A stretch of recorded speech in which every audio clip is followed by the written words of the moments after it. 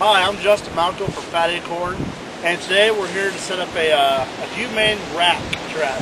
And what things you need is, you got your hammer to drive your fence post, you got your hog paneling, which is roughly 38 inches long, about 34 to 36 inches high.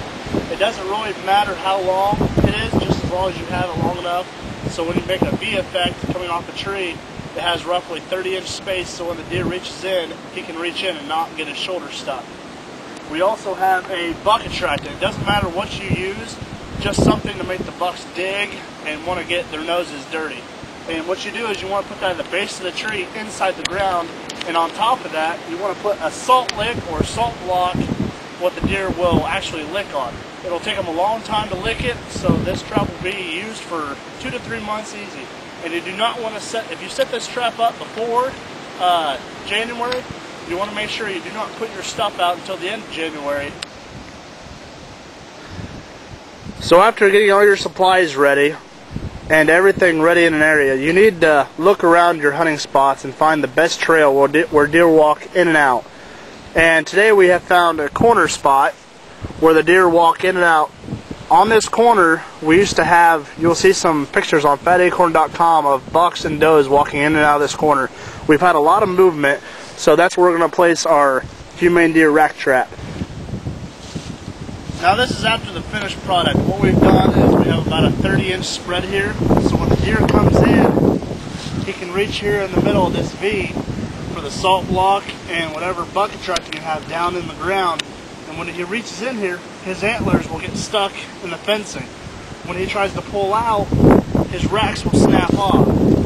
Now that's why you don't want to do it too early, and you don't want to leave this out past the start of March.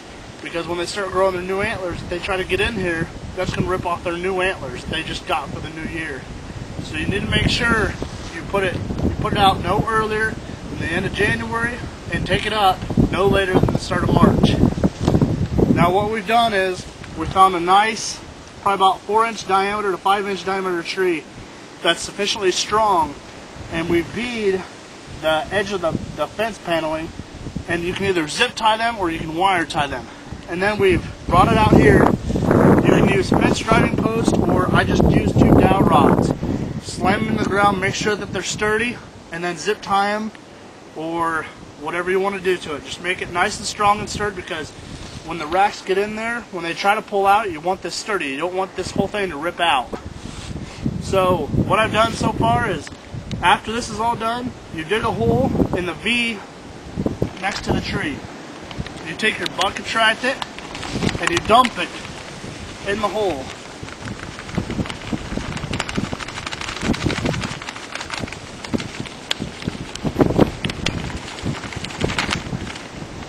And I'm using a FatAcorn blend. That's what they eat in our area. After you fill the hole up, just simply bury it.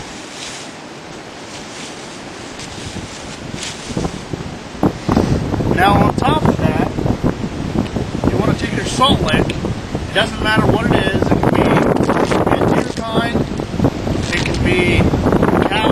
It doesn't matter what kind of salt lick it is. What happens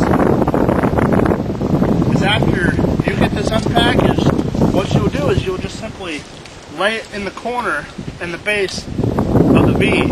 So when the deer comes in, he will try to lick, but he'll also have that buck scent, to where if it's a buck, he will try to dig down in there and put his nose in there. And when he does that, he'll get his rack stuck. Now, does and stuff will come here and lick on that salt block. That's why you have the salt block there, because if does and little deer want to come and lick on that, you'll still have your bucket attractant underneath it.